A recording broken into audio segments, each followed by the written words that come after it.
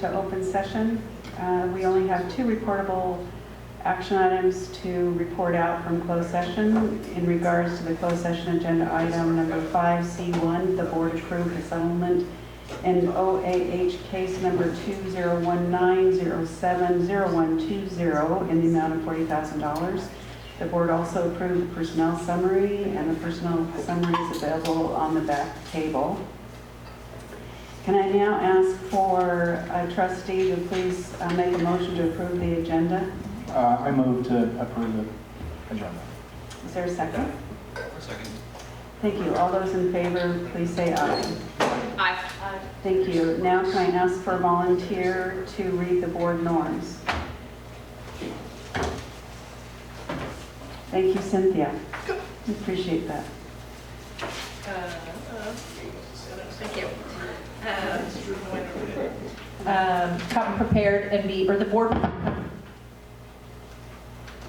board will come prepared and be fully present and engaged, deliberate effectively and listen openly without interrupting, work collaboratively and strive for consensus, maintain perspective with a sense of humor, not repeat each other or ourselves, not have side conversations, give full attention to the proceedings, no cell phone use, focus on the best interest of all students, and commit to no surprises. Thank you. So before I ask whether any items, any trustee would like to remove any items from the consent agenda, do we have any public comment on the consent agenda? No public comment on the consent agenda.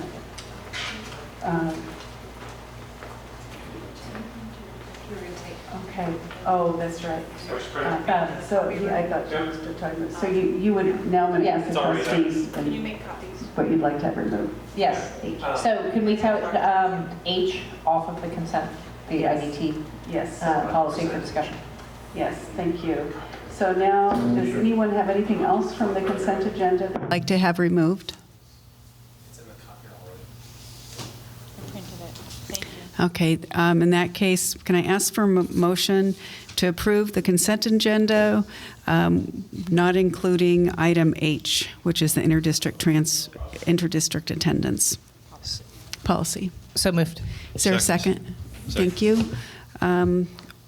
There's nothing on the consent agenda that requires a roll call, I don't think, this time. So all those in favor, please say aye. Aye. Aye. Thank you. That passed. Now we'll move on to trustee considerations.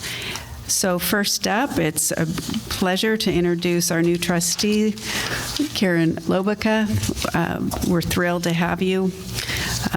It was very fortuitous that you were interested in the position. As I said earlier, it's very helpful to the district that you applied and that you were selected because you're able to hit the ground running. And as you know, and you made it very clear during your interview, that you understand all the issues we face over the next year and a half. So thank you, welcome. Look forward to working with you. Yeah. Hear, hear, right. So speaking of which, your old home week for Karen, the next item is discuss and consider board resolution and bylaws to establish a parcel tax citizens oversight committee for Measure J. And we have Corbett Elson. Thank you, Leslie. Thank you. Good evening, everyone. Mayor, if you pull up the resolution, please.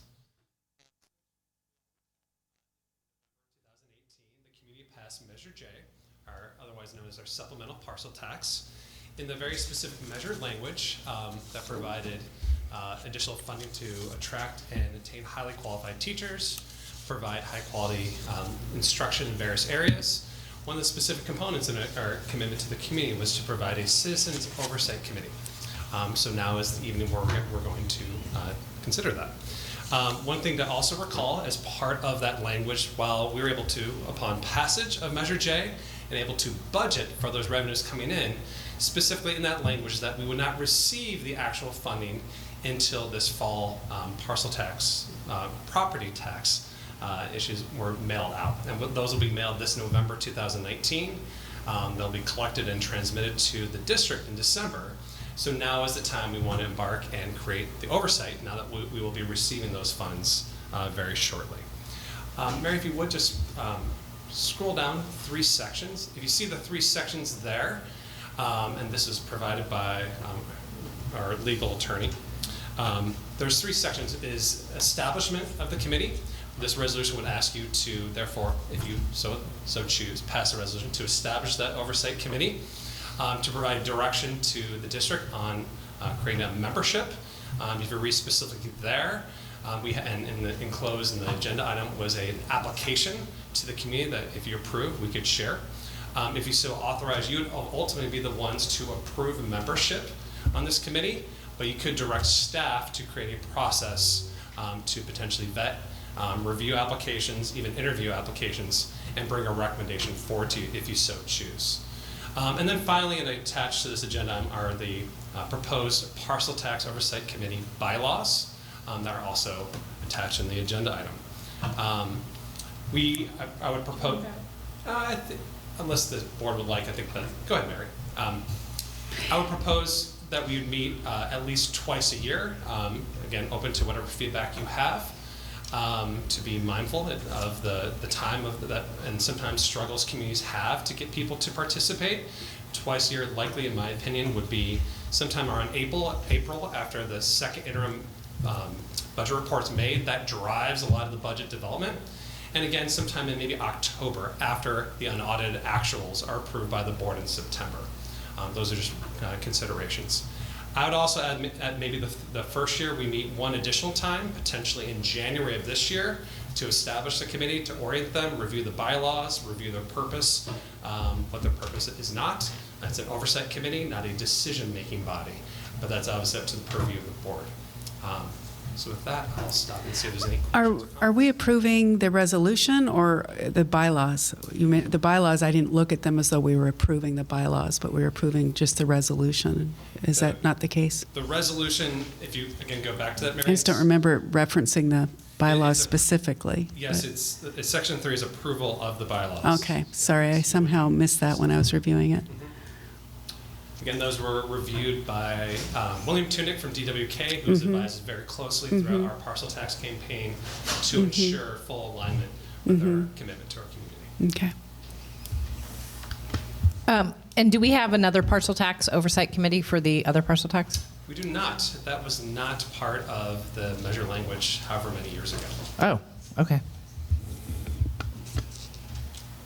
Any other questions or comments? Would anyone like to make a motion to approve? Just one comment. So have we never had any oversight committees in the TAM district? Because Kentfield's had one with its, okay. We've had a bond oversight committee in the past, which is by law much more detailed and specific. Right. Same general process, but a parcel tax is looser in the statutory law. Okay. And so just re-emphasize with whoever is on the committee, their role being oversight. You mentioned that, but keep emphasizing that. I would agree. Duly noted, it's oversight, not a decision-making body. Consistent communication, that's critical. Lastly, I'd also add that, again, you'll see in the application set that we would, if approved, potentially in Mary's board update, we'd attach this in there, the link to the website. We have a inactive link with all this information ready to go if you so choose. Applications would be, the deadline would be Friday, August 30th. I work with Dr. Topier to work on a specific process for vetting them and bringing forward a recommendation for the board to consider. So I agree with that, and then also with the twice a year, and then the additional meeting to initiate the process, particularly if we haven't had one. And so, are we ready to move? Hit it. We'll motion to approve the resolution to form the Parcel Tax Oversight Committee. Is there a second? Second. Thank you. It's a roll call vote, Mary? Yes, it is. Ms. Lowica? Aye. Ms. Roach? Aye. Mr. Saavedra? Aye. Mr. Oppenheim? Aye. And Ms. Harlander? Aye. Thank you. Ma'am. You said it perfectly. Gold star. Very good. Thank you, Corbett. That clearly passed. That's great. Look forward to it. Okay, I don't think you need to go too far. The next one is item 11C, discuss and consider contract for financial advisory services with Cagent Advisors, LLC. Thank you. And thank you to Mary Lord-Press. I believe at your seat you found a manila folder that has some backup materials. And some of this was provided in the public agenda item. The parts that were not are available to the public in the back as well. So I'll reference some of these materials as we move forward. So backing up a little bit, having a financial advisor is a typical relationship that all school districts have as an ongoing nature.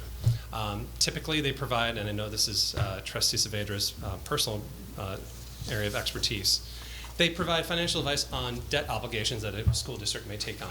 Typically, and like our school district, we have passed in years past bonds to fuel capital campaigns almost entirely for facilities. But typically districts have an ongoing relationship with the financial advisor, even if they're not actively looking at new obligations. The district has not been with a financial advisor since 2011. The district previously had a long-term relationship with a financial advisor, but that financial advisor retired. And for whatever reason, there was not work done to replace that and establish a new financial advisor. So part of my efforts was to go through a process to reestablish that. So the process we went through is we did a formal RFQ process, posted that on CASH, which is the Coalition for Adequate School Housing. Again, I know school housing is an oxymoron, but that's for funding school facilities. Posted that to the statewide network. We also proactively pushed that out to some of the more well-known firms throughout the state. We vetted that. We made sure they all insured with and complied in their submission with all the legal requirements and the requirements we put forward in the RFQ. Further, then we interviewed. We interviewed 3 well-known firms throughout the state of California at the cabinet. It was Dr. Topier, Lars, and myself, and Mr. Bill McGuire. Mr. Bill McGuire is one of the well-known CBOs in the state. He is currently the CBO of Twin Rivers School District. He's CBO. Oh yes, he's also the primary instructor of the CBO Mentor Program, which I'm a graduate of. Can you define CBO? Oh, I apologize. Chief Business Official. I'm the CFO, which is, yeah, thank you for the correction. Well known up and down the state and very knowledgeable in that area. So we interviewed 3 firms, and we rated them appropriately. So I'm bringing forward a recommendation for one firm, Cagent. After we interviewed the firms, we did pretty detailed background checks on them, or reference checks, I should say, with 5 different districts that Cagent has worked with, one of them being locally in College of Marin. They had a positive experience with them. One thing, as we've noted, and I want to make sure we're all aware by now, this Cagent proactively shared in their submission and throughout the interview process that there was an SEC finding, Securities and Exchange Commission. You'll find, I believe Mary provided that available last night, the detailed report. In your folder, you'll find a much more abbreviated version of the SEC's press release related to that. You will also find that Cagent supplied to all of their clients and us, when we proactively asked, their version, the fact sheets related to that. Of course, I'll answer any questions. We're here today to recommend them. We felt like we vetted them. We feel like what we found out matched our comfort level of what the community's expectations are. That was a pointed question with a reference check for all 5 school districts we did, including locally College of Marin, to gauge levels of concern, levels of community concern. So I wanted to be proactively sharing that. Also, just detailed in here is the specifics of the municipal agreement, the contract. That was also vetted by DWK, our legal firm, related to their contract. Sean Mick, I believe, was the attorney's name, right? Lars, is that your gentleman? And lastly, and then I'll stop to open to answer any questions. Also in the packet, you'll see a potential timeline if the board should want to consider refunding our existing bonds that we have. Refunding is very similar to refinancing a 30-year mortgage. The interest rate market right now, as Kevin can speak to, is extremely favorable for everyone. And all firms provided an analysis, and I've also enclosed Keegan's analysis of what potential savings in the current market would be for our outstanding refunded bonds that are eligible. Very conservatively, the savings to the taxpayer, the community, not the school district, but to those who actually pay property taxes, would be a minimum of $1 million. Potentially, given current rates, could be somewhere between 2 to 3, if not north of $3 million. There's a timeline here that's all conditional. One piece I want to just highlight, given some of the advice we have in timelines and other issues the district's considering in the future, is wanting to potentially consider and bring a resolution for consideration from the board on, where is it? Where is that board meeting? September 10th. So I just want to highlight that. That's again highlighted here, but again, that's adjustable, but we're getting advice given the current bond market and other ventures and timelines that we would want to wrap this up sooner rather than later if we want to consider doing that. So with that, I will stop unless Dr. Topi has anything to add from that, answer any questions and open it up. Thank you. So tonight we're being asked to approve the contract with Keegan, or the, yeah. Correct. And then September 10th, you said that you'd bring a resolution forward to actually refinance the bonds? Correct. Okay. Well, yep, tonight's just approving the contract. Just as a contract. And the recommendation is to refinance, or Keegan's recommendation. Well, they spelled out the savings we would get if we refinance the bonds. And those savings are net of the expenses paid to Keegan? Okay. So thank you for that. Why was Bill McGuire, so did we pay Bill McGuire? Why are we using an outside consultant to interview the firms? So we have an agreement, ongoing agreement with Bill McGuire for my first year, where previous interim superintendents authorized a mentoring agreement to support me in my new role. So he was working under that auspice, and I have a relationship with him with his expertise where he has municipal services is not something I have a depth of analysis or an expertise, so I felt it'd be appropriate to bring him in for his expertise. I think it's also to clarify that he did not deliberate on the candidate selection that Corbett, Lars, and I did. That's a fair point. He was in the interviews, and helped Corbett formulate the questions, but the deliberation was only district staff.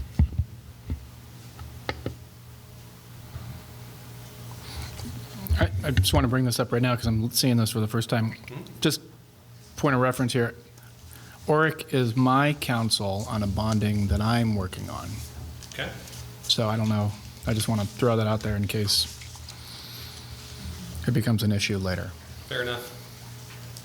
There's no agreement that's moved in, but these are agreements that we've used in the past, firms we've used in the past in the district. Okay. I mean, they're certainly the right group to work with, but I just throw that out there. Fair enough.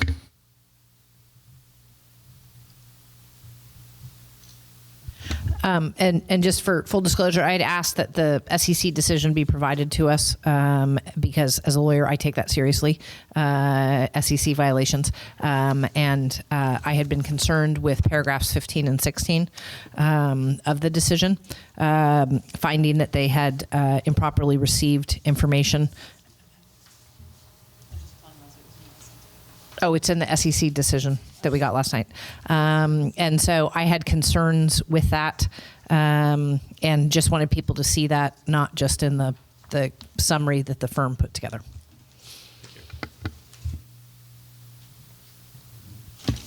Yeah, thank you for that. I also read the SEC findings and agree that Section 15 is a serious concern. The part that made me comfortable with the recommendation is that it was a reflection on their a business development part of their operations, and that they have made changes within their company, that it didn't have anything to do with any of their financial analysis.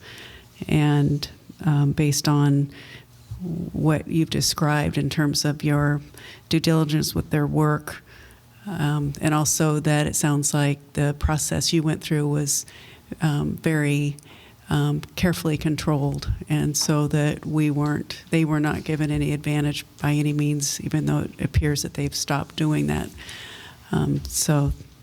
But thank you. It was good to get this information and to be able to read the actual SEC document as well as what you provided today. So thank you.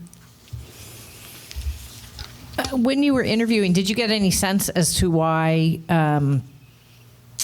College of Marin's the only Marin district that's used them? Not that.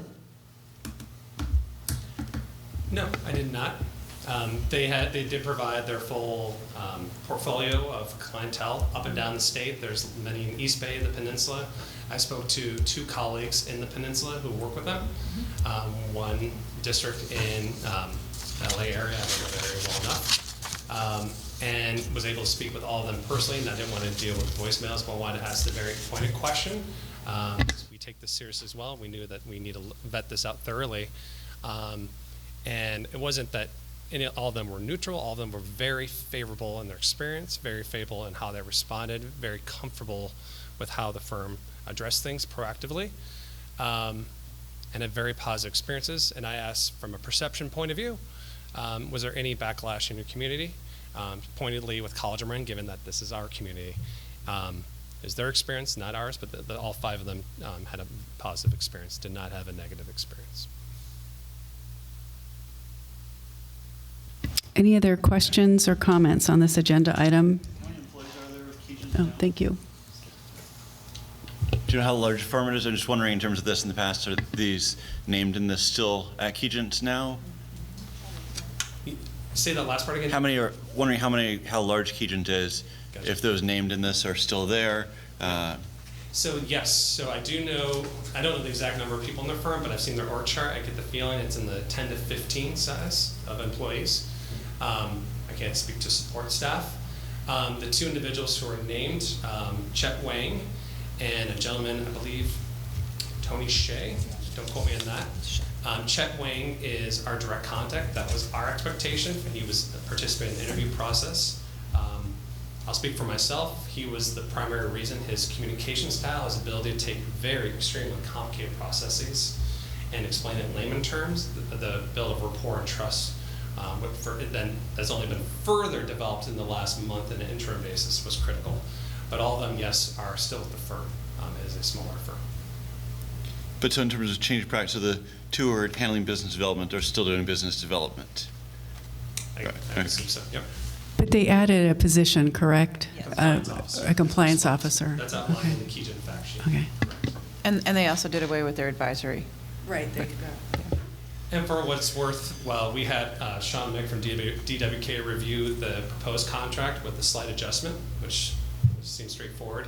Their first move was, okay, we need to have, and when we counter-proposed, they need to have their compliance officer review that, was their first response. So they're, for lack of it, utilizing it immediately, in my experience.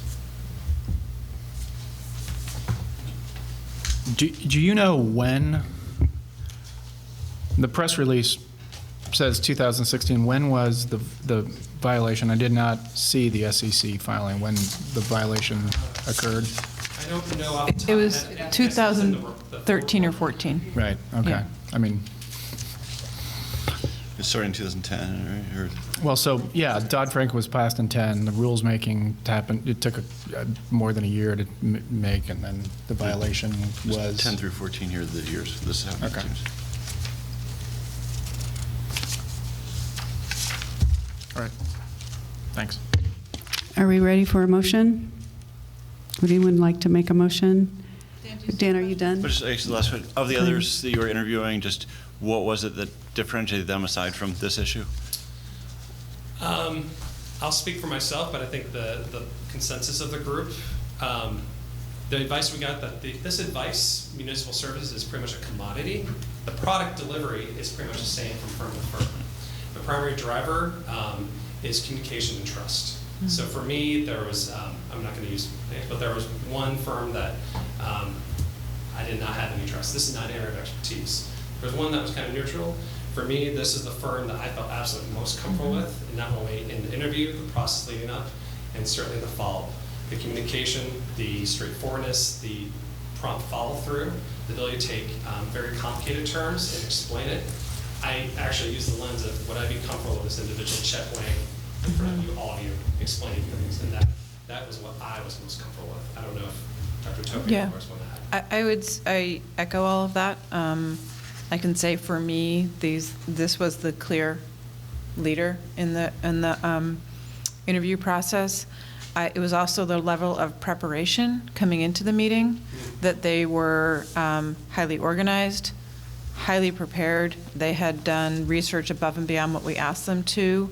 Again, without naming names, one of the other firms came in and started asking us questions, and we said, that's what we wanted you to do. That's what we had asked you to come in prepared to do. And they were like, oh, well, you know, I mean, if we were doing this, and I'm like, well, how am I supposed to trust that you would do this? I don't know what this is. Like, this is why we're hiring a firm. So there was, I agree with Corbett, there was a clear leader for me, and not really, I think there was a distant two, and then I don't think we would work with them third. That was my opinion as well. So just because trust means different things, right? The SEC violation, Yeah. don't trust, right? But if they've put procedures in place, so and you're using trust more along the lines of preparedness, right? Will they take us through the process? They were prepared for the interview. They were able to distill information to an explainable format, both for you and for the board, if we chose to go with Keegan. And so not a lot of management that you would have to do of trying to make sure that they're answering your questions. Because as you said, the bond refinancing standard, regardless of the firm. So it's more of a customer service, and who is going to be the one that is the least, the best customer service, basically. And you felt strongly that Keegan was the one that was most prepared and the best customer service, and has learned from the SEC filing. I can absolutely say that, not only in the process itself, but Chet's on call right now in case he's very well aware that we're having a meeting tonight, that everything's upon authorization of the board. That being said, after vetting the firm, all the process that entailed, I pushed pretty hard on some specific things. One, a clear commitment from Chet that he would be our absolute point person. He's absolutely fulfilled that. I answered every call, every email. Kevin asked some great questions about details of bonds that I don't know. He was able to recycle that and provide that immediately, so the care is there. They had a client, another woman had to attend to a district that had a true emergency. She wasn't able to attend the interview. They flew her up to meet with me to just develop that rapport. Felt very satisfied with that. Every step along the way, I'm most comfortable with this firm. That said, I want to recognize as a board's authority. This is a key relationship, not only now, but in the long term. This is a long-term piece. And again, I've learned a lot in this job, but this is an area I have the most to learn.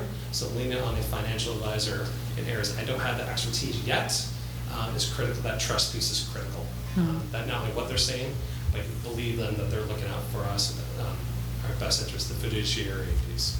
Yeah. Could I chime in too? And I think it's important, I think too, what Cynthia said, important that for me and for the bandwidth of the staff, that we have somebody that we feel confident will come prepared and not put a portion of that work on staff. And I wasn't confident with the other two that wouldn't happen. Just knowing that, we're running lean, and that we have other areas that we really need our financial office focusing on. And so being able to lean on a firm that would deliver that with minimal work on Corbett's part, I think is really important. Did the references, you said you received very good references from other school districts. Did their feedback echo what your impression was, what you've just described to us now?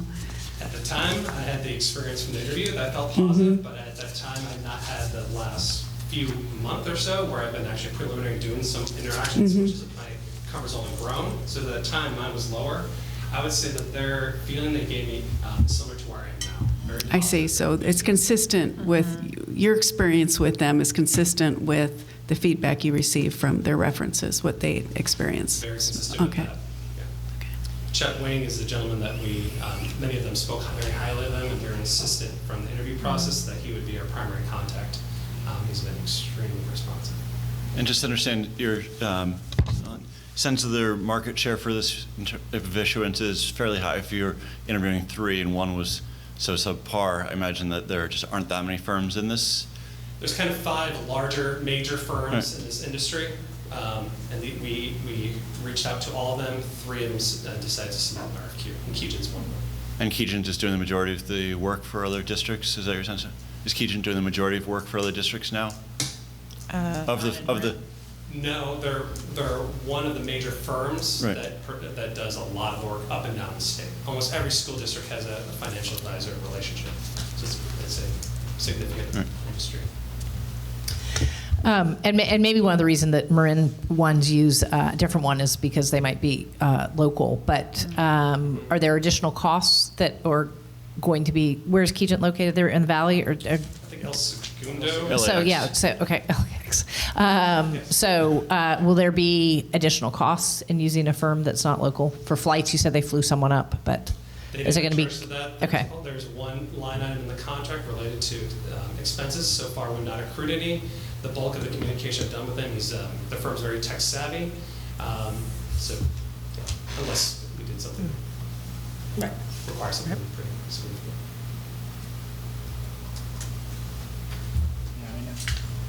I don't think this process typically requires a lot of human contact. No, that's I mean, a lot of desktop stuff. Yeah. Yeah. But some firms suggest that, and I just want it to be Yeah. clear that we don't. Correct.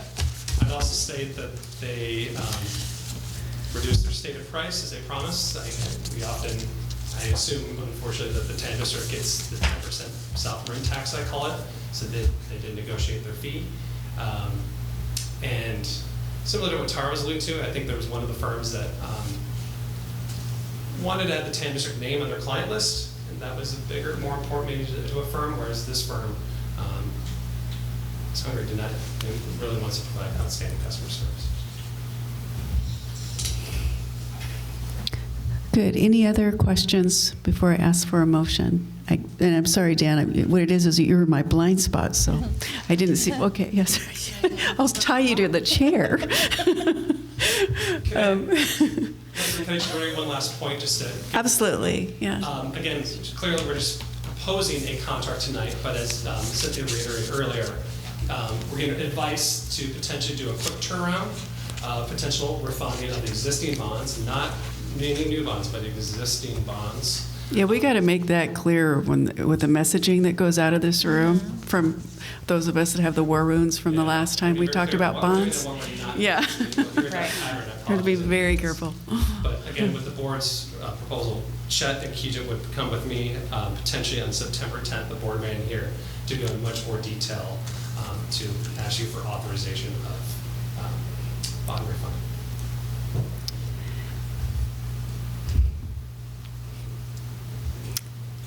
Are we ready? Oh, yeah, okay. I didn't know if you were asking a question or did you say, would you like to make a motion? Please do. Thank you. I move that we approve the advisory services agreement with Keegan Advisors. Is there a second? I second it. Thank you. All those in favor, please say aye. Aye. Aye. Thank you. Thank you. Can I make a comment on this issue? I suppose so. Well, it's related to the interview process. And so, and we had discussed this, I had asked Leslie about this. And so in Kentfield, we had a trustee who had bond experience or finance experience who sat in with the interviews. And it doesn't sound like we're going to have to interview, hopefully not have to interview for more advisory services. But if we do, I would like the board to consider whether we should put a trustee on the interview panel if we have one with expertise, because that is a big deals with money, and it's a board decision. We have to approve to refinance the bonds. So I'd just like to throw that out there. I think that would be a good discussion to have with the board. I'm not saying that I'm kind of mixed on that, and so I'd like to flesh it out more with the board. But thank you for bringing that up.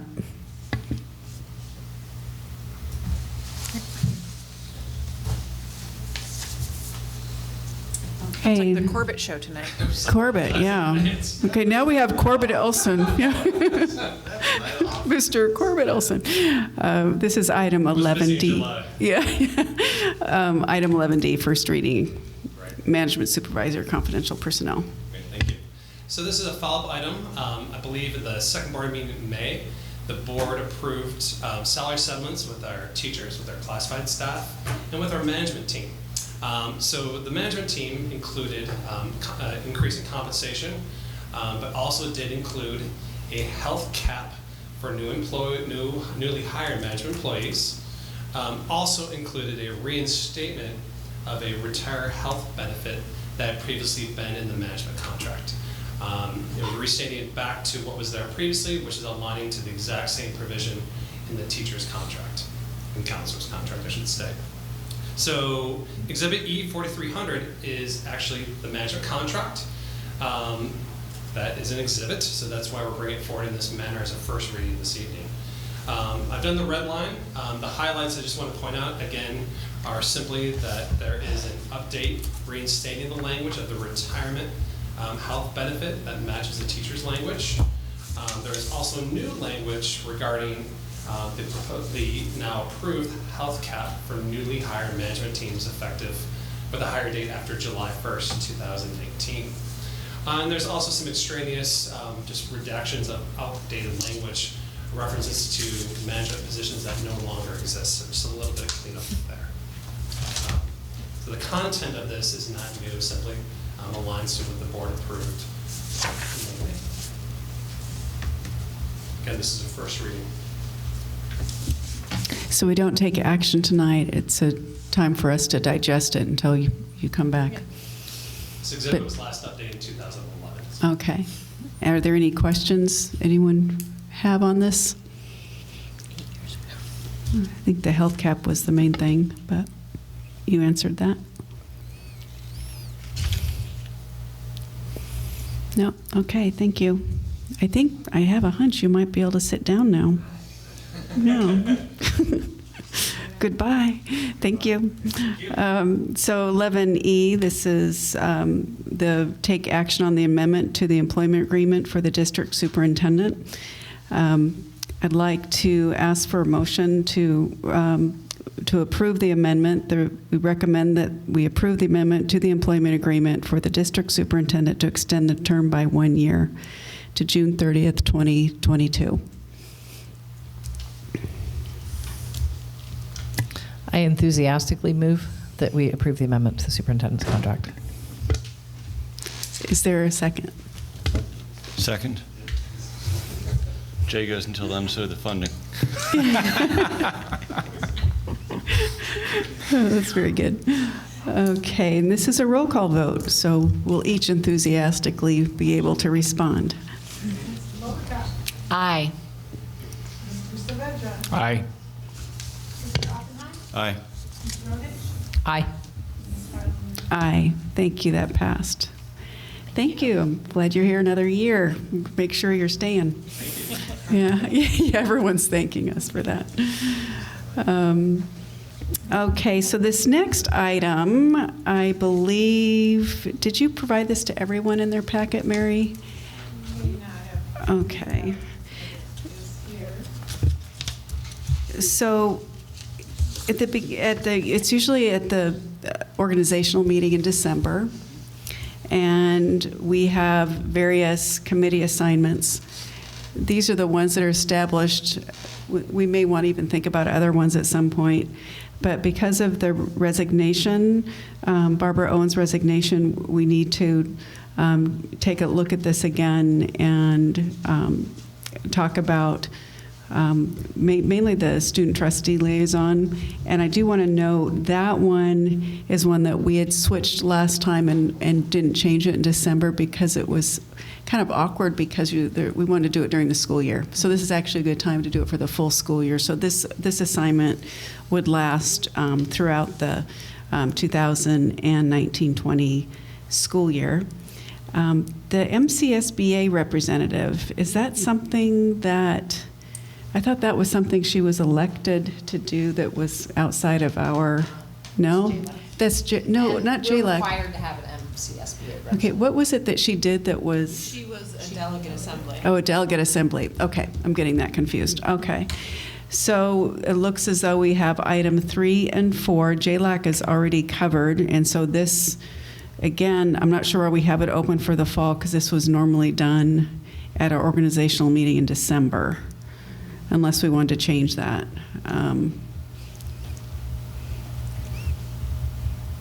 Do you all mind if we keep that the same?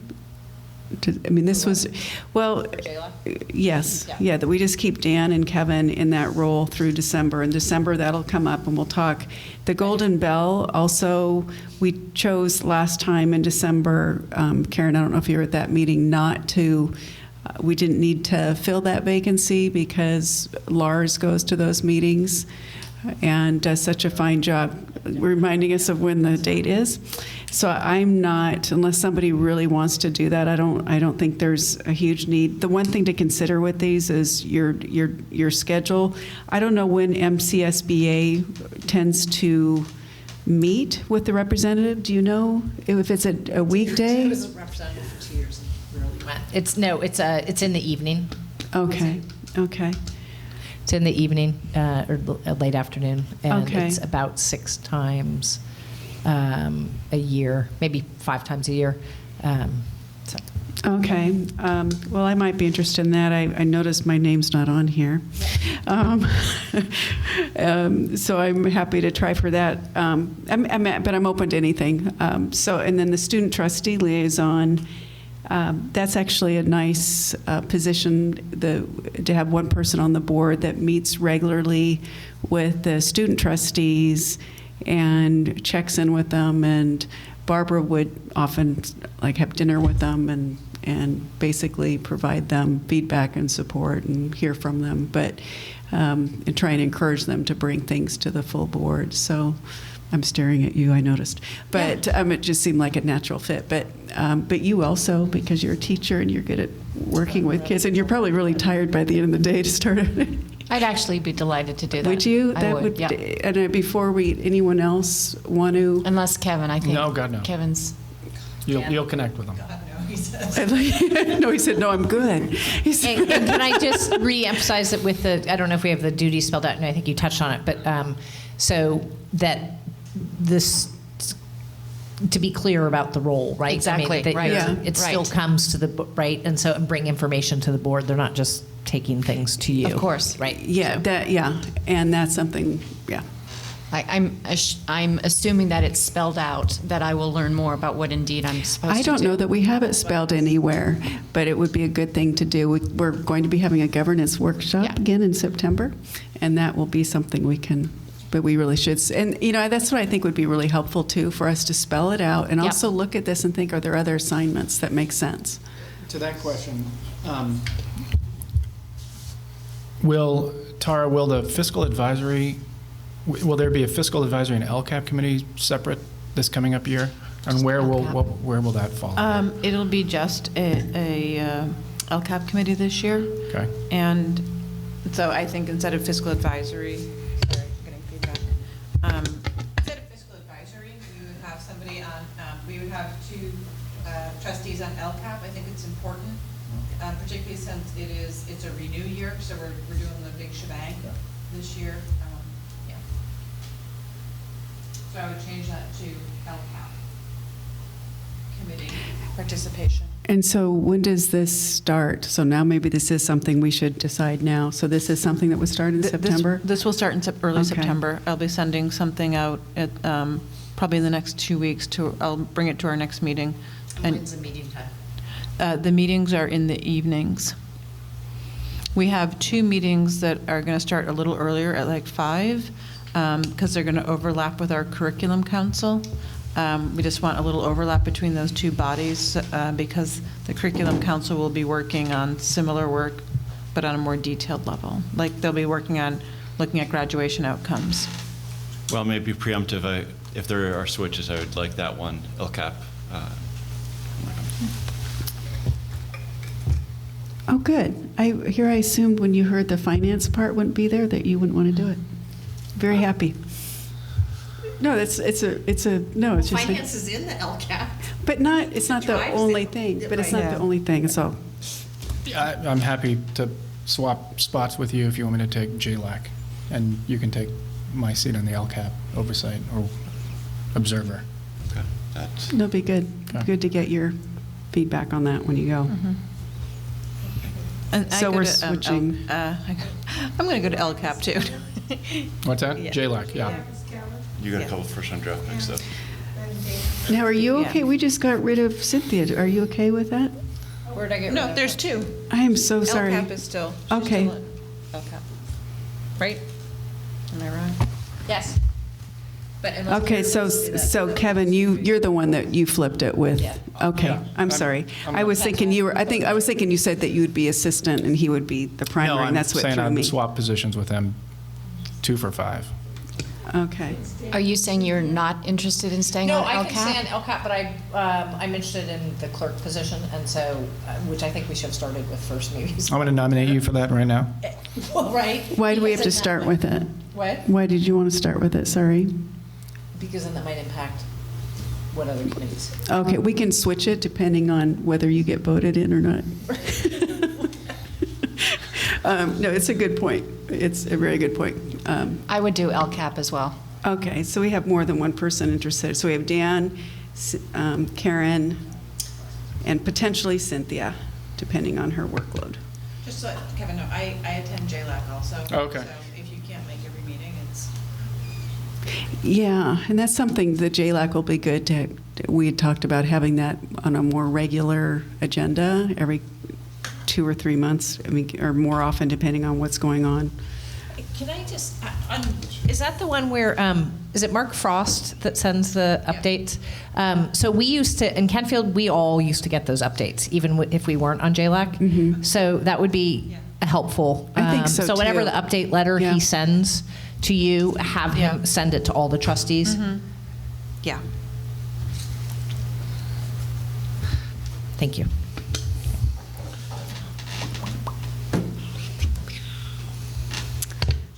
Okay. Sorry. I can't even read my own writing. So let's talk about the clerk, and then we can revisit the assignments and make sure everybody's comfortable. So I'm glad to hear you're interested. Anybody else interested? Anyone want to run against Cynthia? Oh, they're all looking the other way. How about you, Dan? Are you interested in being the clerk? It's quite exciting. All yours. I can't decide that. I'm not going to take it as a sign that people don't actually want to meet with me. Yeah, so the clerk position meets with the board president and the superintendent every other week, generally in the morning. We usually meet really early, and we can work it around. We work it, obviously, it's clerk specific. Yeah, it could be afternoon, around people's work schedule. And go over the meeting agenda and do some, agenda planning. And then from there, it's understood that the clerk will also step in for the board president for meetings. One thing, too, that we can talk further about is for the meeting agenda, that one thing I think would be nice if we either, that we have a meeting soon, as this fall, where one of the items is that all the board members can express an area they'd like to get information about or have an actual agenda item, and just that we'll take that in. Because so often board members will come up with something, And I hate to not have other board members here, because sometimes it spurs, like, oh, that is a great idea. I'd like that agenda item too, or that makes somebody think of something else rather than it being a silo situation. So it'd be good for us to collectively talk about areas that we're concerned about or want more information, not necessarily asking for action items at that point, but just areas to explore. So that's something that, we can enhance that part of the agenda planning. But we can talk about it, whether we all want to do that. So do we need to take a vote? Or should we just, okay, the clerk just informed me that we need to take a vote. Okay, so can I ask for a nomination for Cynthia Ronish as the clerk? I nominate Cynthia Ronish to be board clerk. Is there a second? I second it. All those in favor, please say aye. Aye. Aye. That passed. Thank you. Very good. So we have Cynthia is the board clerk, and we're flipping Kevin for Dan on the LCAP. And Cynthia, do you want to remain on the LCAP now, or do you want to wait? Did you say yes or no? No. No. Okay, that was hard to understand. No. Didn't know if it was a yes or no. So Cynthia will not be on the LCAP, but we'll have Dan, and I think I heard, Karen, you say you would be interested on being the LCAP? Okay. So Dan and Karen will be on the LCAP. And then the trustee liaison is Karen Lobica. I am happy to be the MCSBA, if I can ever say it, representative, unless somebody else is dying to do it.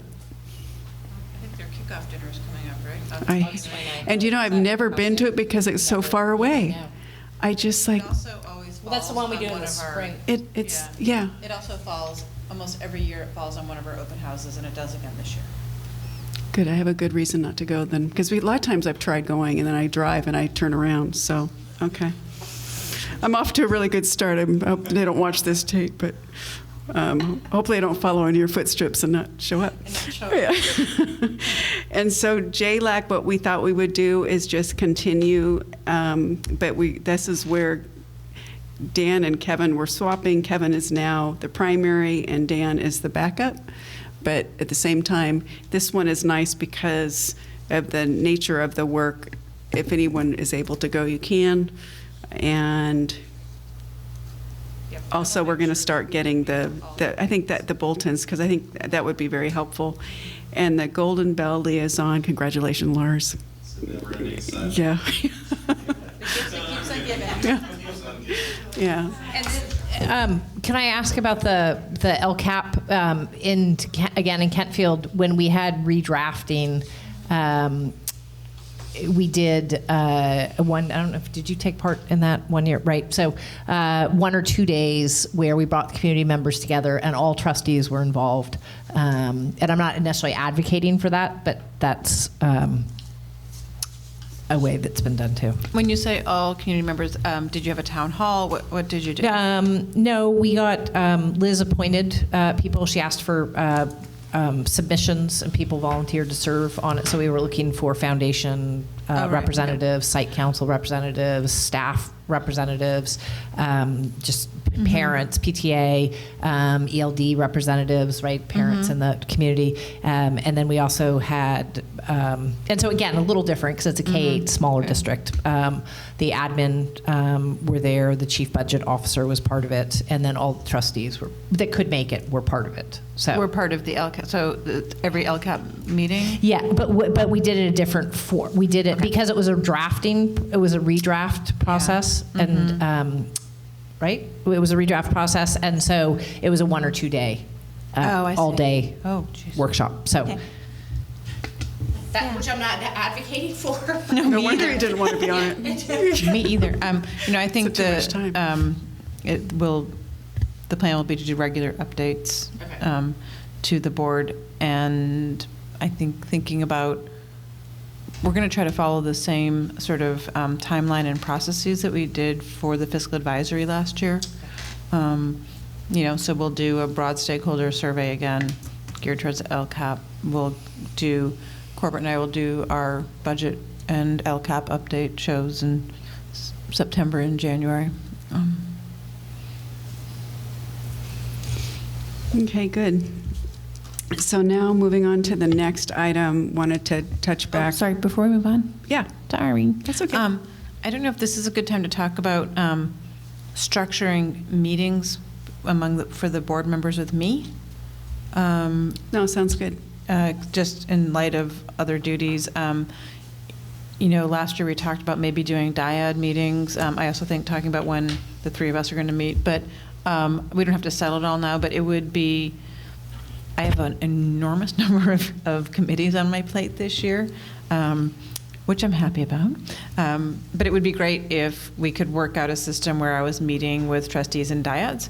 I think it's helpful for the trustees. I think it'd be helpful for me. So just something to think about, and I'll reach out to y'all individually about that.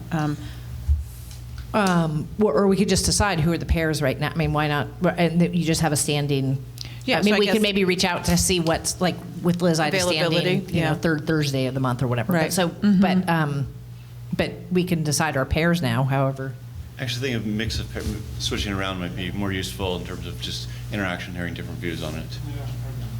yeah, that's going to be hard for scheduling. Which is why. So in Kempton we did 6 months with one pair, right? And then we mixed up the pairs after 6 months. I could also, I could also gather times and say, I can meet in a pair this time, and I can meet with a pair this time, which might. So you're suggesting you provide the board with, here's the time slots that I'm going to be able to meet with Yeah. people for the next 3 months. These are the standing time slots. Tell me which two of you can fit in either of these, kind of thing. I don't know, we can try.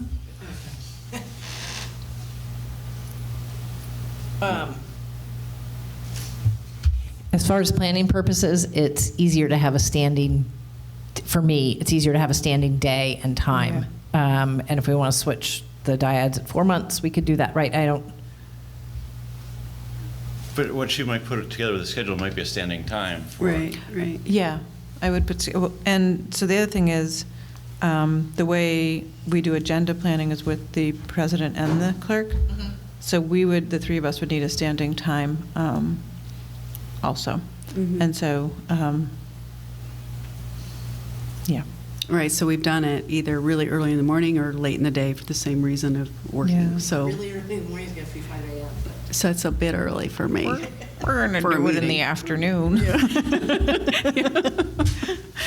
I've done it, but I'm in my pajamas on the phone, so. Okay, why don't I look at coming up with like standing schedules, and then I can at least put it out there as a one-way communication, and people can see what might What work. works for So I know them. that some of you also have varying work schedules that sometimes the standing doesn't work for.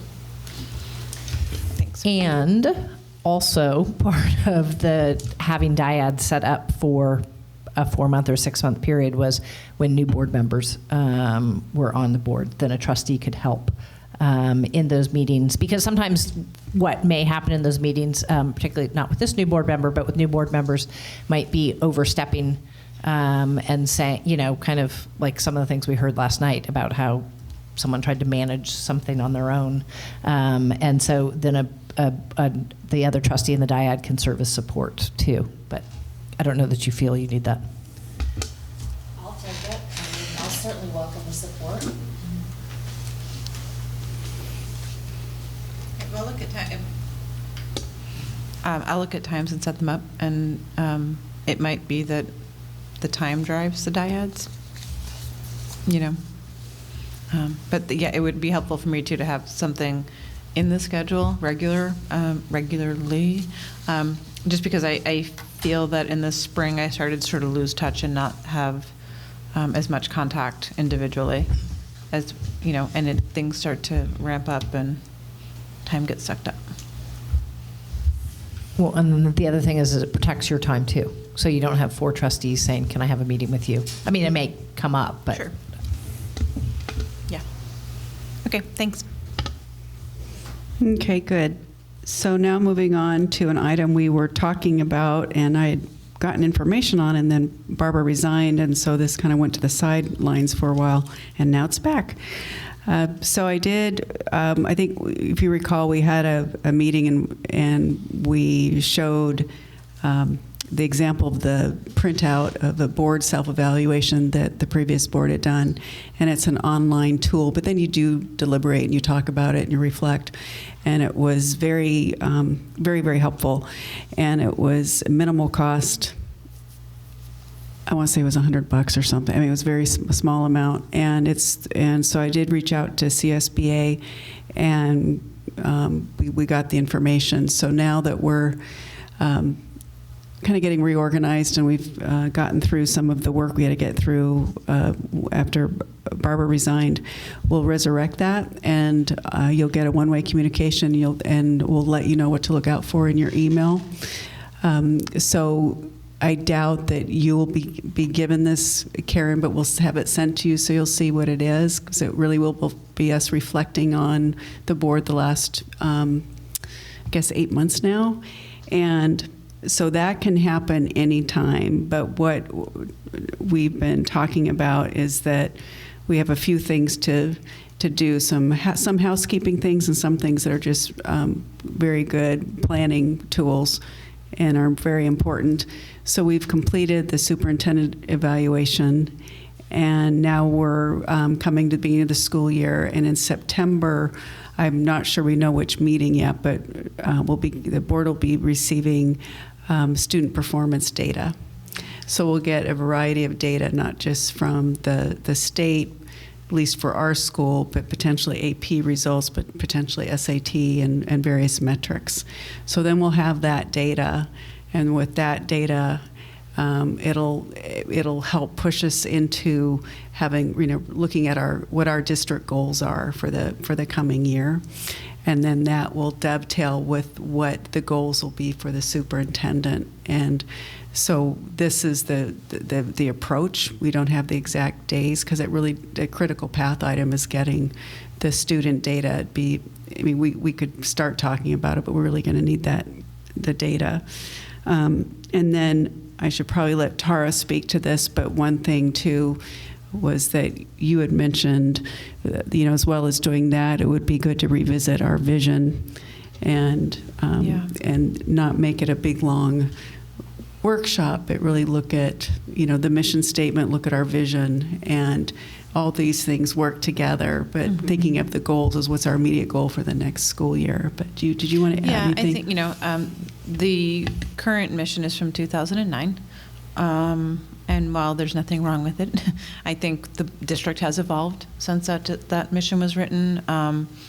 I think that the strong emphasis on equity needs to be part of our mission and our vision statement. And I think that, a new board, a new superintendent, I think it makes sense that this, and as well as entering this new LCAP year, I think really having the board set a mission and vision will help drive that work and solidify, I think, what we're, it's sort of, as I say, it kind of gives a backbone to that work, where it's like, this is what the direction that the board has set, because really the LCAP should be how we are fulfilling that mission and vision. So I think that I don't think it needs to be a long process. I think that sometimes it's helpful to establish a mission and vision and have it be a working mission and vision, and allow people to kind of digest it and give feedback on it and feel like they have had a say in it. So I think it makes sense to, like I said, for the board sooner rather than later to set a mission and vision and have that inform the LCAP work and be part of the process of this year of really making a clear statement, as well as aligning an LCAP to, the strong purpose of serving all students. So that's something we could start before getting the student data. So, yeah.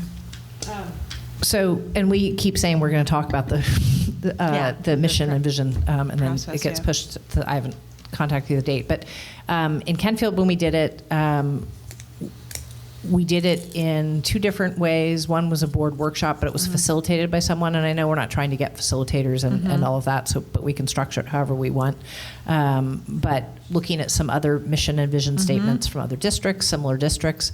And then, yeah, I don't like long processes, but it takes longer than maybe you want or think. So I would recommend that when we do discuss the mission and vision statements as a board, that we set aside a couple of hours at a special meeting to do it, rather than have it be part of a regular meeting. No, I agree. Yeah, I think it needs to be its own meeting. And it needs to be, I think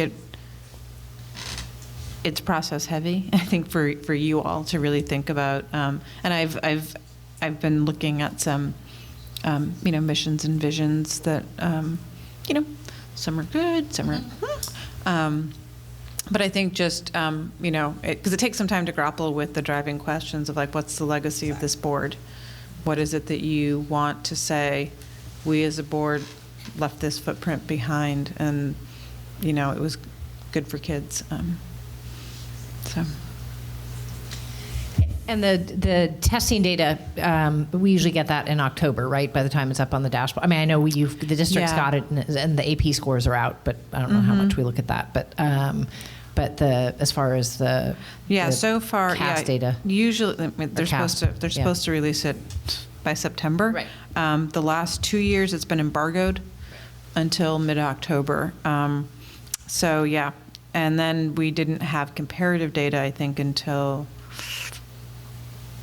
much later.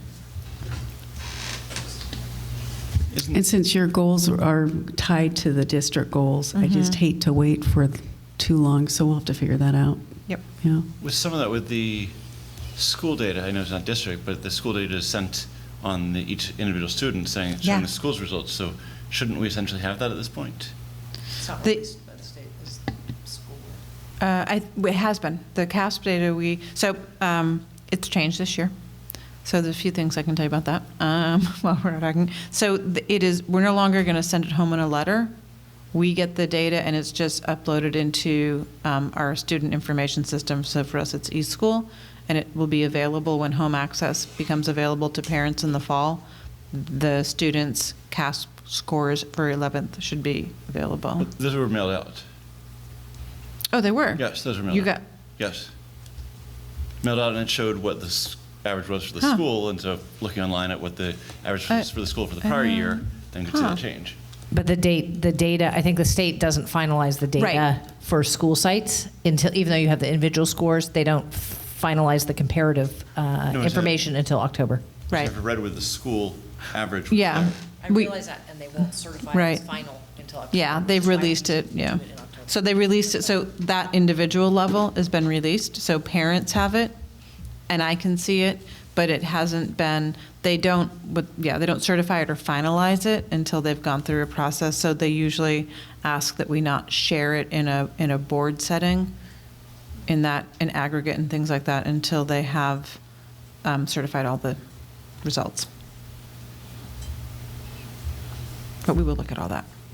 So maybe, I thought we weren't mailing them out. I guess we mailed them out. I guess we're not going to mail them out anymore. It was received, whether it's mailed or not. Right. We will no longer be. So I guess starting next year. I thought it was this year, but I don't actually physically mail them. So thankfully, so they will no longer be paper mail going home. The other thing that we found out is that moving forward, CAST is going to eliminate gender on the form.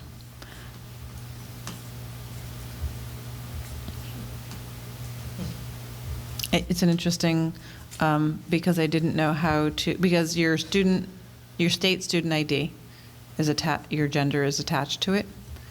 And for students who are gender fluid or transgender, and they just decided right now. They'll keep racial categories? They're going to keep racial categories, but they will not keep, but gender's not going to be. So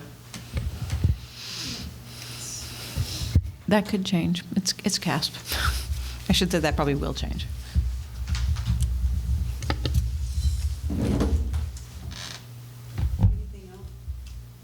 Anything else on this? Now moving to 11H, I already talked about it, but it's something maybe we'll flesh out more in the governance workshop, unless you have any strong feelings now. But Tara and I have been talking about having an agenda item, like quarterly, or, you know, we could even have it part of every meeting at the end when trustees report out. We're not supposed to have a big dialogue, which is why sometimes we don't get into that, but because it's not agendized item, but we could add an agenda item saying future agenda items, you know, and trust, because sometimes, like I said before, sometimes it helps collectively when board members can say what they want to get more information on, and then as we move forward, it'll help because then we have done our vision, we have our goals, and it'll help us prioritize agenda items. You know, it'd be just nice for everybody to be able to participate. And what did you do at Kenfield? Did you have any time like that? Well, no. So we had the same agenda planning session, but then if something came up in the board meeting, so I don't think people were bringing in whole cloth, you know, kind of just requests from out of the blue. But if something came up in a board meeting, a board member could ask, I'd like more information on that. Can we put it on an agenda going forward? Yeah. A lot of times that was from school reports or from, you know, employment reports or enrollment reports or something like that. So. Right. And I think we've done that, but I realized we were missing some topics when I would sometimes hear from a board member. And it was something that hadn't come to the board and they wanted it, and I kind of wanted to give the other board members a chance to chime in. Right, and really a board member could always send a request to the president and superintendent about putting something on the agenda, and then would have a discussion. And then you would decide whether that was something to put on the agenda or to bring to a meeting to discuss whether it should be on a future agenda. I mean, we could do it that way. It just, part of this is because with our board, we found that things didn't always work. That's all. So I kind of was trying this approach. Maybe we can talk about a governance workshop. Yes, I think you're right. I think it probably belongs more there. Okay. And it might be helpful along those lines if we have a master calendar. Yeah. Does a master? We do have one. Okay. I'll work with Mary. Okay, so governance calendar. We always had that attached to our agenda, so we could see what was coming up. The master count, right? Yes, Because so many of the things are calendar. recurring each time, and so as people are new on the board, they might not know October's interim test date budget a month, and, and you know the interim budgets and the first enrollment projections and things like that. So, And then the JLAC sessions. Yeah, but I think we'll talk about it. I think there's an actual calendar. I know when you first were appointed, there was one, so that would be good. Okay, so now Do you want to talk about the governance workshop on September 3rd? That was when we had tentatively scheduled it. Right. I guess I didn't. Okay. That was on the. Sorry, I've got too many things in front of me. That's all right. That was on the. We had talked about it. Right, September 3rd is when we have the governance workshop. And did we set a time for that, or is that what we're doing now? That's what we're doing now. Do you want it to be earlier? Do you want to be at 5? You'll be commuting at that point, and I'm not sure what day of the week is That's a September Tuesday. 3rd. It's a Tuesday. It's a Tuesday after Labor Day. Okay. Wednesday's my no-go day. Okay, but Tuesdays work. Kevin, Dan, do you have any preference of time? And Karen? No? Later in the day would be better So when you say later in the day, later than 5, or? 5 is fine. 5 is fine, okay. The 3rd is fine. 5 is fine. Is The day, the 3rd, 5. Okay. Okay, how about you, the 3rd at 5, is that Okay. good? Thank you. And that's good for me. So just to understand how this works, and maybe I'll get all of this information from Mary, but is an invitation sent out, or we're just establishing it on our own calendars? How does it proceed that these things are confirmed? And I understand, like, for example, on Monday, there's the staff back to school. Right. So what we're just talking about is an actual board meeting, so it'll be noticed. And so we were just finding out whether we're available for the workshop. Got but it, it's an okay. official. I roll mine into my calendar and I can show you. Yeah. Yeah. Yeah. And usually Mary will send you, I try to, in my Friday updates, I try to say, like, you know, things coming up. Okay. Per the request of the board members, I've been trying to be more specific about, like, you might want to attend this.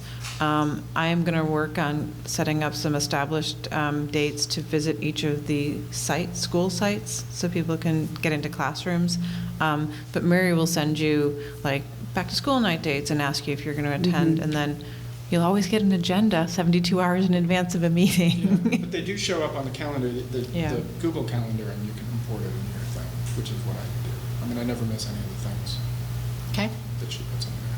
I can show you how to do that. Great. Can you send Thanks. a link to that Google Calendar again? I can't remember what Google account I used to get It's on the it. one on but the website. It's on the website, okay. That makes it even easier, thanks. And then as open house or back to school nights happen, we'll generally make sure there's a couple of trustees at least at each one. So we'll discuss that. Yeah, we usually availability try, at a yeah, board and so meeting. Mary will let us know who's able to attend, and we keep an eye out to make sure that at least two, or at least, well, as many as possible, but we definitely want to have at least two. We line them up like Rockettes. They happen every Thursday night, starting just before Labor Day and go right through September. So Yeah. that's one way to look at it. Yeah. Well, and then also what's helpful, Karen, so I think the TAM, I think last year the TAM flyer or PTSA sent out a notice of things that were coming up. Tara lets us know. Drake just seemed to send out notices about sports. And we never got anything from Redwood. So it might be good to standardize that for plays and things like that. Or you just keep putting it all in your... Yeah, and I'm trying to find a better way, because I have to go seek it out too. I have to go seek it out on websites and be like, oh, there's a play coming. Like, Tam's really good about giving their play. You know, Redwood sends, here's our athletic events. But other than that, I have to go seek it also. So I'm working, Mary and I will work together with the sites around having them send me, you know, some up, like, here are some events going on. Yeah, that'd be great. Academic and non.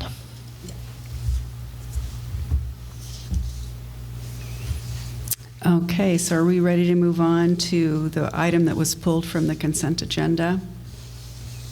Yes. Item H, the interdistrict transfer. I have the copies, sorry, they're right here.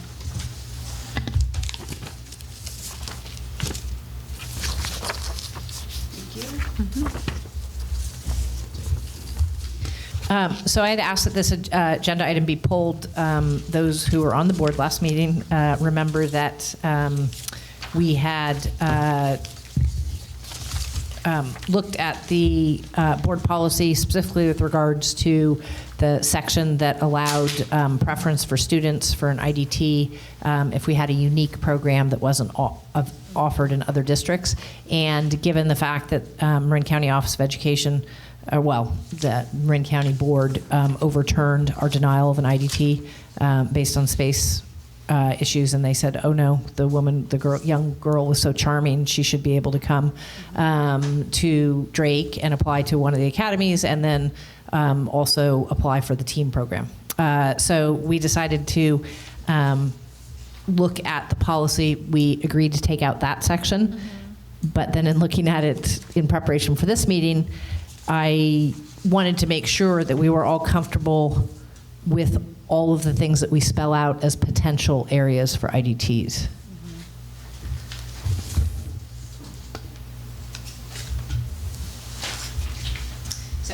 And I have a question educationally. So we reference that a student shall have preference if they're found to have been bullied under the Ed Code, but there's no requirement in the Ed Code to provide an IDT for that. So what is the history on that? Because obviously we do, but if a child comes and say they're coming from the San Rafael School District where there's two high schools available, two traditional high schools available, and they have been bullied technically by this IDT, they'll be given preference even though they might not have tried the other high school or tried Novato or tried another school district that might not have the space limitations that we have. So I'm uncomfortable with that, but I wondered what the background was.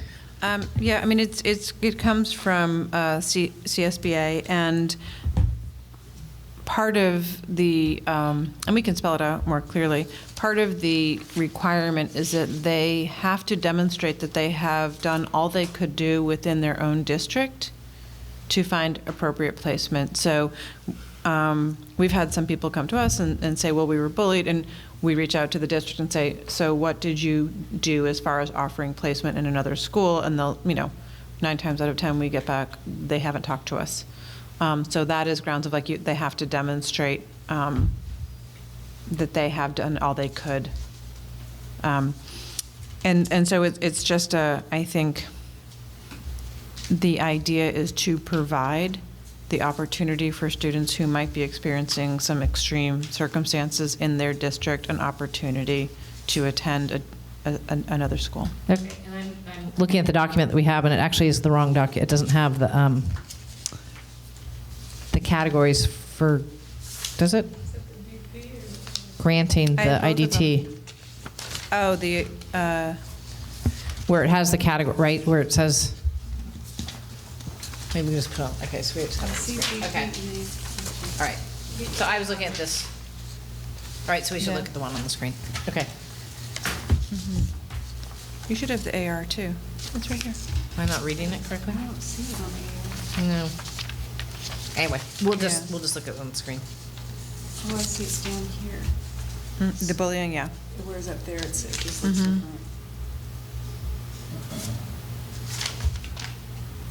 Oh, we're missing a page. All right. So, completing the school year, number 3. Yeah. Seems, that makes sense. To, Oh, you're right, we're missing a page. we're missing a page, which Yeah, is you're why missing a it's hard, page, so. Sorry. So number 3 seems to me to make sense. I don't know how that's different. I don't know why is 4 different from that? I mean, it's 4, okay, so 3 seems to make sense, and it assumes that the family has legitimately been in the district. 4 seems to allow, if we discover a family has not been living in the district and has had a fraudulent attendance, that requires us to keep the student because they're graduating. I see what you're saying. I think elsewhere in the document it says that, any fraudulent claim of residency undoes any of this, and undoes any of this. Okay. Well, so if that's the case, why do we even need 4? Because it seems like it's covered under 3. Well, because the difference is that 3 is saying that you may finish the year, but it's not going to grant you, it doesn't grant you admittance the following year. So if I'm a sophomore and my parents move out of the district in April, I can apply for an in-district transfer for this, to finish the year. Right. But 4 wouldn't be any different because it's graduating that year. So 4 doesn't contemplate anything beyond what's involved in 3. Yeah, I'm not, I think it was just to clarify the difference between a senior and but I see your point. It doesn't, I don't know that. And I'm just trying to tighten this up as much as possible because, in my opinion, the county overstepped their bounds in granting the IDT and overriding our denial. And I just want to make sure that we understand what we're spelling out in our IDT process, so that if the county decides to do that again, we've limited. Yeah. So you want to remove number 4? I think so. Are people in agreement with that? Can we see what the rationale is for, if it's from CSBA, to see, and so I guess I'd like to understand that, because we're here discussing it here, and on 30 seconds, not aware of the rationale for it. There may be something that we're not thinking of right now. And I guess separate from that, just so we're clear, since you brought up a situation where our decision was overturned and then mentioned applying to team, that overturn, when our decision was overturned, it had nothing to do with enabling that student to attend team, but that as any student can apply for it, but there's no guarantee for that particular student participation in it. No, but it did lock the district into a 4-year IDT. Correct. So CSPA doesn't provide rationale. So districts Yeah. usually come up with their, I mean, CSBA says you have to have a process and all of that, and then where do you take an appeal? But they don't necessarily provide categories. Districts come up with the categories. I guess I'm asking for a little more time to understand why this was included previously so that we could have that benefit. Yeah, I don't know that anyone in the district currently knows why that was included in the past, other than it was in CSBA. But part of, this was something I was working on with Wes, and then Wes crashed his bike. But he's back now. So what I can do is bring this back for another read.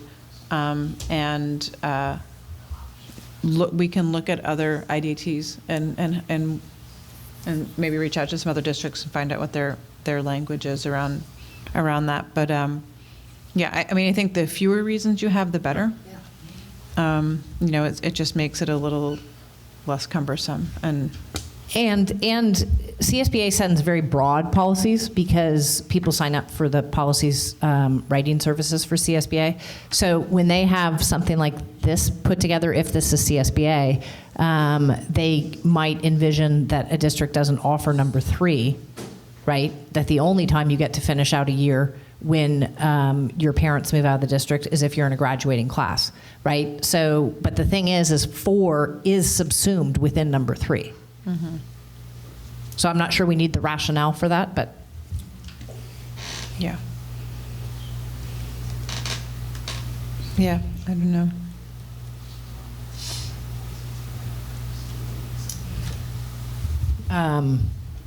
And then,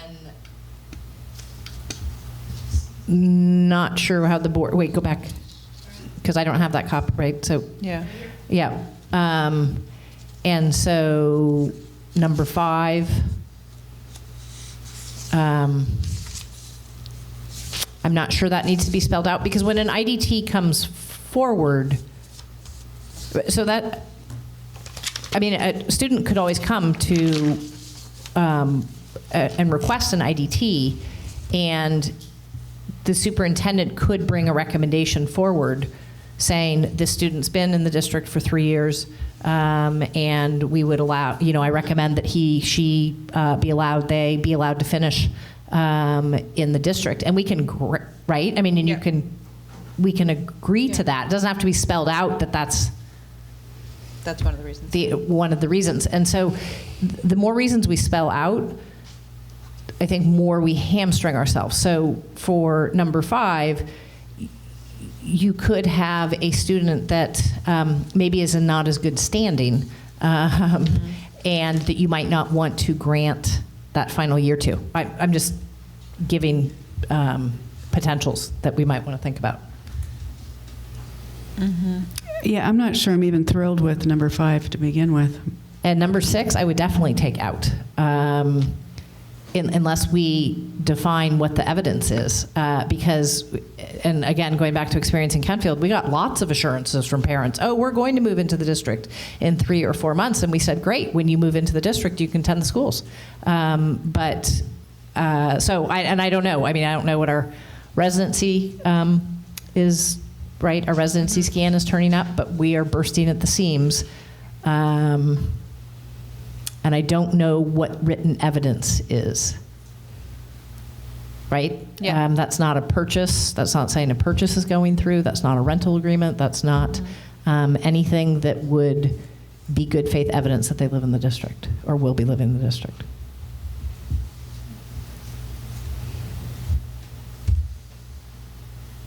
Okay.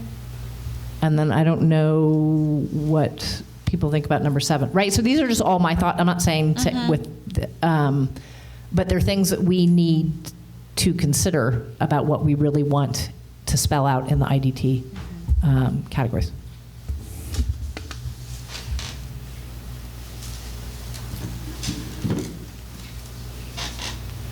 Yeah, it sounds like we need to all take another look at this and think it through, especially with our past experience and how much we put, what specifics we put in here.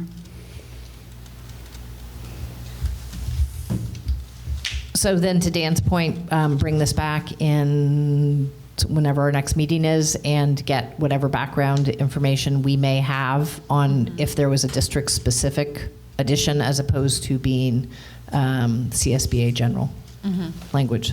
I guess part of it also is more just from the standpoint of just if we decide at some point to grant IDTs that aren't specified here, does it then appear to be somewhat capricious and then allow? That's a good point, too. Yeah. And so I guess I don't want to make it too concise. Right.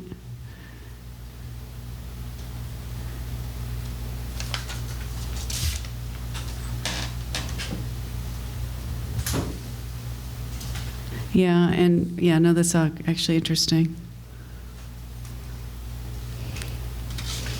No, this definitely deserves all our time to look at this closer again. So Tara, would you like individual board members to shoot you an email with any of this and track changes, or just notes about it as you? Notes would be easier than track changes. Okay. So if everyone could take a closer look and be thinking it through. Why are we sending notes to Tara? I thought we would get background information, just bring it back for. Because I may think of something and you may think of something as we look at this closer, and rather than have Wes come back and we say, oh, I thought of something the last week and I should have told you. It's just a way of, everyone's right now brainstorming, and it's opened us up to thinking new things, so we can shoot emails and then they can come back and present it to us. This may take more than one cycle, I guess is what I was leading to.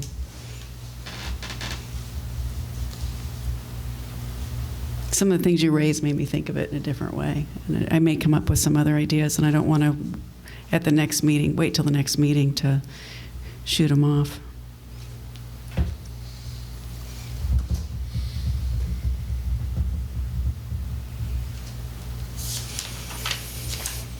Okay, so I think we're good. So we've taken that off the consent agenda, and we're not going to vote on it yet. So thank you, Cynthia. I'm glad we pulled that off.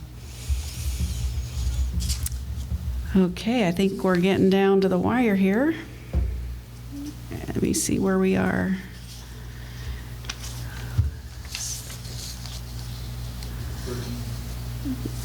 Thank you. So now thanks, Kevin. We're on to the superintendent report. Okay, sorry. So, it's been a busy week, and it's Tuesday. So I did want to start by I've been reflecting back on my June memo out to the community, and the respect and responsibility aspects of that memo particularly, and also particularly of the danger of a single story. It was on YouTube. It was a TED Talk. Because I think, not to get too heavy, but in light of recent events across the country and even within our own district, that has been resonating with me so much. This idea that if we allow ourselves to exist in a bubble, or an echo chamber where we only hear like-minded people, and we develop beliefs, and that those beliefs then start to drive action, that it's a really dangerous place to be and a very slippery slope. And I truly believe that it, as I said before, it cuts us off from learning and understanding about others, and that is, I think, really driving a lot of the work we're doing with our admin team this year. And with their, by extension, our teachers. We talked about respect and responsibility, and what's at the core of those things are relationships. Because I get a lot of emails from parents who want to know what we're going to do to ensure their student safety. And, honestly, where I came to, I'm like, the best thing I can do is build strong relationships and create a sense of community. I think it's much harder to hate somebody that you know well. Even if you don't agree with them, I think that just the humanity of somebody else, and I think that is what we're really trying to build upon. It's frightening, when you see mass shootings, and it feels you feel hopeless in the face of some of these things.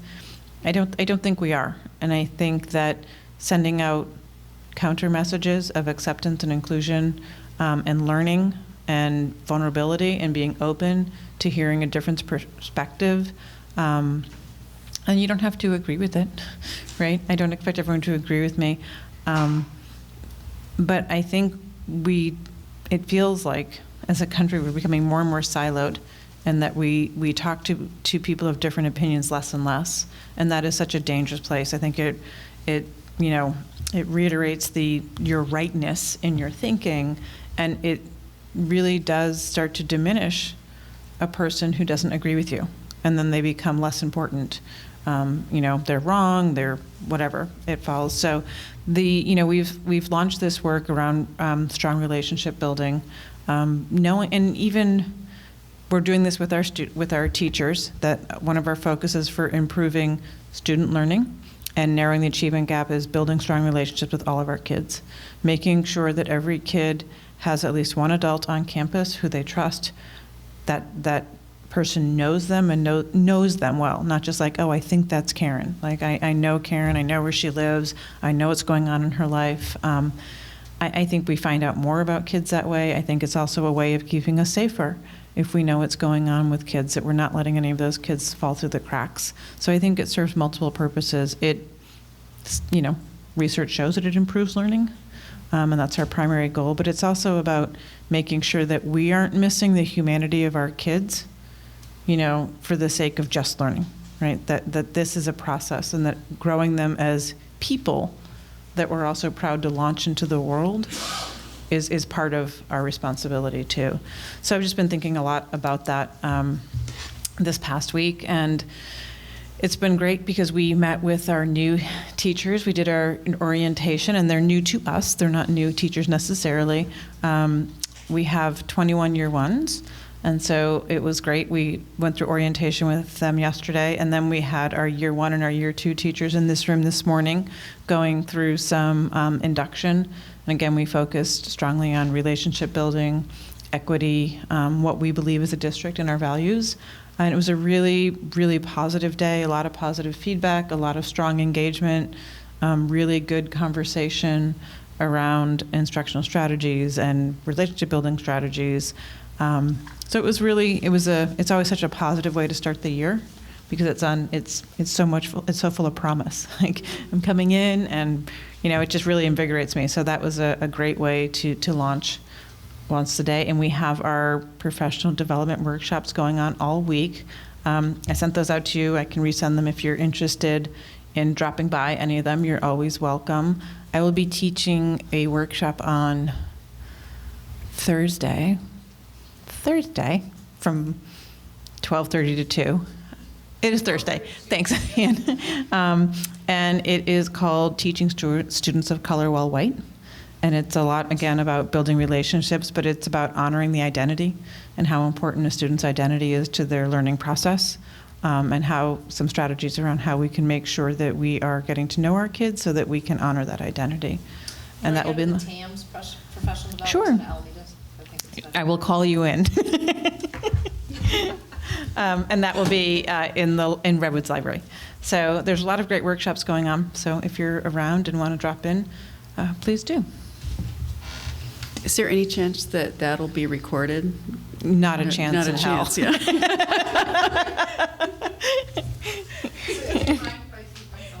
Go right up to her face. No, but I'd love to go to that. I just don't know if I'm leaving town. 11:30 to 1?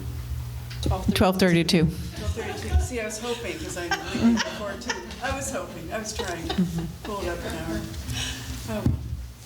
Oh. Okay.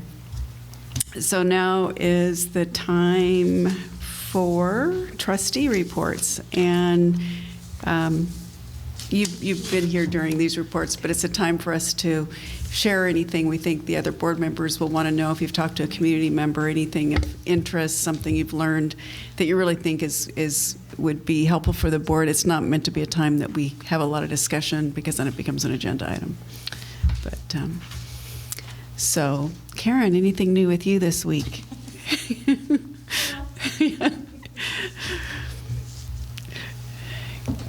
Kevin, nothing? Welcome to the board, but nothing otherwise. Just one thing that it is not an experience. I mean, we've start at Alameda tomorrow, but I'm impressed with the professional development opportunities that we have and offer in the TAM district compared to Alameda's. So I was only a little bit kidding about coming here. But also just following up with Tara's, the respect and responsibility, I had talked to her about, there's a front page article in the New York Times, I believe 2 days ago, focusing on misogyny being a common thread in mass shootings. And so to the extent we can get students, teachers, everyone understanding different perspectives, and along the lines that Chimamanda Ngozi Adichie also has a TED Talk on that we should all be feminists. And so that might be part of, I'm not suggesting part of, but I thought of it when I read the article. Mm-hmm. Sorry, Leslie, before you go, I forgot 2 important things. Can I add them really absolutely. quickly? No. Sorry. So last Friday, which feels like it was 100 years ago, my gosh, we had our admin retreat for, which is why I didn't get my report out to you all on Friday. And again, it was a very positive day. It was a dense day, I guess would be the best way to put it. We had an organization called RAIN come in and do a workshop with all of our admin team as well as all of our psychologists and some of our counselors. And RAIN stands for Rape, Assault, Incest National Network. And they gave us some very good tools around how to support survivors. That has been, so how to be upstander, best practices in supporting a survivor. One of the, feedback I was getting from students was they don't know how to report and they don't know to whom to report. And it is such a difficult thing to report. As I used to say to a lot of my teacher friends, like, they're not going to a second adult. If I say this to one adult and the response is, oh, go talk to somebody else, or that's not my thing, or that's it. Usually that person then won't report, because they didn't feel validated. They felt shut down. So it was a really, really, I thought, valuable workshop, particularly for some of our newer admin who hadn't had some of this more specific workshop. And, we're, as one of the Title IX officers in the district, we're seeing more reporting. We don't know if there's more incidences, but we're happy to see it being reported when it is. And so we're trying to work diligently with our sites. We have National Sexual Assault Hotline posters up in all of the bathrooms across our district that have hotlines in both Spanish and English. They also have text talk. So that we're trying to get resources into places where kids might see them. Not everybody wants to go into wellness. They love wellness, but there's also going into wellness for support can be difficult because there's often other kids in there. So having something else. So that was and then the afternoon we focused on ways that we were going to carry the work of the larger work, not just that, but the relationships, respect, and responsibility into the staff meetings on the first day. And so that was a really enlightening and good afternoon. And then I also met with the student task force for the first time yesterday. And that was fantastic. There was only like 5 of them. But Can you remind Karen? Yeah, so the student task force, I have started a task force of students for the prevention of sexual harassment and assault. And we have 3 main buckets that we're looking at. We're looking at sharing information. So how can what information do they think they need? How do we share it? How do we make sure students have access to it? They would like to also inform curriculum. They have a lot of ideas around what is taught and what information it may be missing, and then sort of expanding their presence. So it was really positive. They were really, really appreciative to have a space and a voice, and they were full of energy. They wanted to meet a lot for a very long time. How are the students selected to be on this task force? They volunteered. Uh-huh. I put it out to principals, to our student liaisons, to the board, I talked to the wellness director in the wellness centers. I talked to some people who were advisors of our gay straight alliances and things like that. And then just word of mouth. Anyone who wanted to, who might be interested, could sign up to be on it.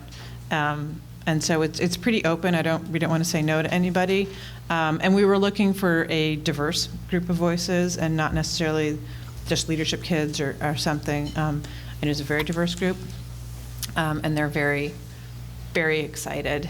And the first thing they wanted to work on was a PSA. So that's what they're going to start with. Thank you. Thank you, Tara. I wasn't going to talk about this, but you said something that made me think of it. Lately, I've been looking into the topic of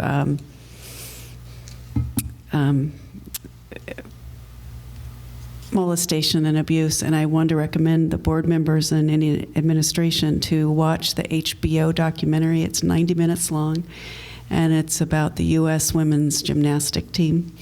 And then there's also on YouTube, there's more of the victims' impact statements are on the documentary, but then there's more standalone ones on YouTube. And I think it raises, it's very, very, very enlightening. And it not only really brings home the devastation and how it literally can derail somebody's life, but back to what Tara was saying, young adults often don't speak up. They don't realize that something that's happening is wrong, and the shame and the depression and how it impacts the entire family is absolutely devastating. And I think what that documentary brought home was consistent with what we've seen across the country, where there's many school officials, companies that look the other way because they just can't believe it, and also often people that commit these kind of crimes are so well liked. People often will say, well, he couldn't have done it or she couldn't have done it, and there's a lot of victim blaming, a lot of parent blaming, and what occurred to me the other day is it reminds me of when you hear of somebody getting mugged or somebody getting cancer or somebody getting raped, you immediately want to know everything about it so you can say, that's why it happened, so it's not going to happen to me. And I think a lot of these situations are coming out because people are starting to get a voice, and as a board, I think we need to be very sensitive to this as well. It's a bit overwhelming, but it's been very, very disturbing, and I really recommend that you watch that video. It'll bring home. What's the name of it? I know. I had to Google. I've watched it twice now, but it's something like I'll think of it, and you know what? I'm going to send it to you guys. I'll send you the name of it because it's only 90 minutes, and I know that I've heard from people that have been the Heart of Gold. At the Heart of Gold, yes. And it's been a great source of comfort to people I've known that have experienced it close to home. And they've said, boy, it exactly explains it. So I really recommend the board member. And thank you for your summer reading, another lightweight summer reading list, not those trashy summer novels, but White Fragility, I've really gotten a lot of that. And so thank you. It's very good. This prompted a question, so maybe it's for next agenda, but are we going to do Keenan training for the trustees, particularly on child grooming? Because a lot of the things that are focused on in that documentary are in the Keenan training about how victims are shamed into not reporting because they're threatened with things. And so when will we get our Keenan modules to do for? Yeah, Lars can talk to that. The Keenan modules, the window is from August 19th through September, don't quote me, but I believe the 13th is a 5-week period. We've set them up. Faculty, actually, we'll be getting emails tomorrow detailing, the mandatory nature of the 5 modules. How about the trustees? Because there's ones in Kentfield. That we had to do as trustees, one on child protection, right, child assault, and then something else. Maybe it was only that one. Maybe we could ask Keenan what they recommend for trustees. I have the complete list. There are literally dozens of them. There is one on grooming that we're not sharing with general faculty, but if the board would like it, we can certainly, Well, I think it dovetails Yeah. exactly with this. And there is one of the Keenans that is required for staff now has grooming aspects in it. It's not It's entirely, embedded in the it's overall. embedded in the sexual assault, child sexual assault, and that does have a whole section on grooming in it. But I'll sit down with Lars tomorrow and we'll look at it and. We've got them laid out, and as Tara mentioned, there is a module that's been created to incorporate the new mandates from the state, and that it does include grooming, and they will be getting that. But to plug that documentary again, like I took the Keenan training and it was very, very helpful, but to see real life people and have somebody talk about when she was 14 and then how she thought, oh, I must have been overreacting because blah, blah, and so it went on until I was 24. It brings home how, anyway, I just really recommend it. I think I have to ask for public comment for items not on the agenda. I have a hunch that's what's next. Am I missing anything else? I don't think so. No? No public comment on items not on the agenda, so we're adjourned. Welcome again. Whoa, I did it again. Okay, we're not quite adjourned. Okay, so two highlights for tonight. I think we're deliberate effectively. Maybe some interruptions by me. And then also, I think particularly with the discussion we ended on, focusing on the best interests of all students. So.